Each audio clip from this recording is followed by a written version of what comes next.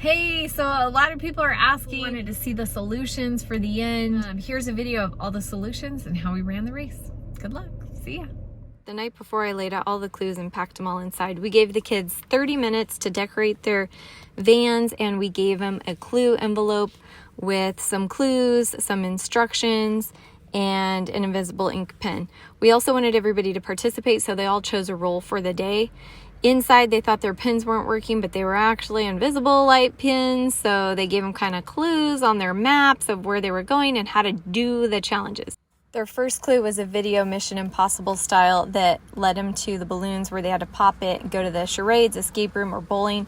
In the escape room, I made custom posters with clues inside, and there were a lot of hidden compartments that they had to solve a 4-number code to get out and escape the room. There was codes all inside. They went bowling, which led them to the rock church where Jesus has a statue with they had to solve a clue from the statue that was pretty hard. They all needed help. But if they looked at their map at the beginning, I gave them an example. It was ba-da-ba-ba-ba, I'm loving it McDonald's, which led them to McDonald's on the map.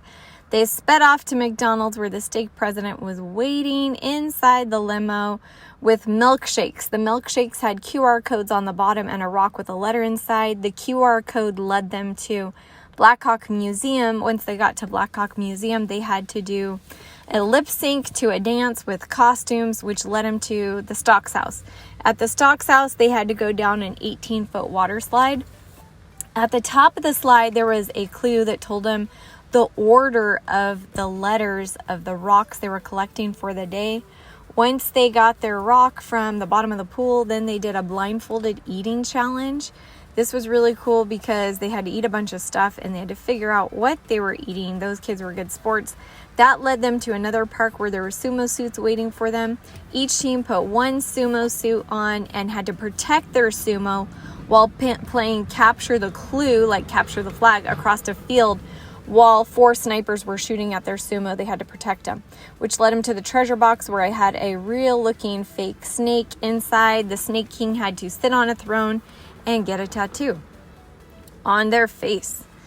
Once they did this, the tattoo led them to Snake Park on the map. At Snake Park, they had to run around a field and pull down clues that were in helium balloons that led them to the scripture for the night, which led them to a foam pit at the final challenge. The foam pit had rocks inside where once they figured out the order of the rocks, it solved a cipher clue that said final. It opened up and they were one of the teams that made it to the end challenge. The 4 fastest teams made it to the final challenge, and the 5th team that did the final challenge was a wild card. We chose the team that had the best attitude overall for the day. That was chosen by the leaders. So all in all, it was really well. The final challenge, they had to slingshot water balloons, catch them in a bucket, fill the bucket to a certain line, and then once they did that, they exploded a foam powder cannon, and that's how they won the race. I think overall, nobody got hurt. Everybody had fun. It was a really great day for the kids to work together, meet new people, have fun, solve a bunch of stuff together. So overall, it was a very successful, amazing youth race.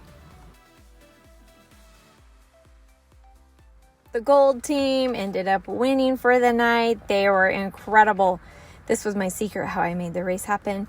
The leaders all needed massages at the end, but we tired out the kids too. So it was a successful day overall, and that is how you do an amazing race.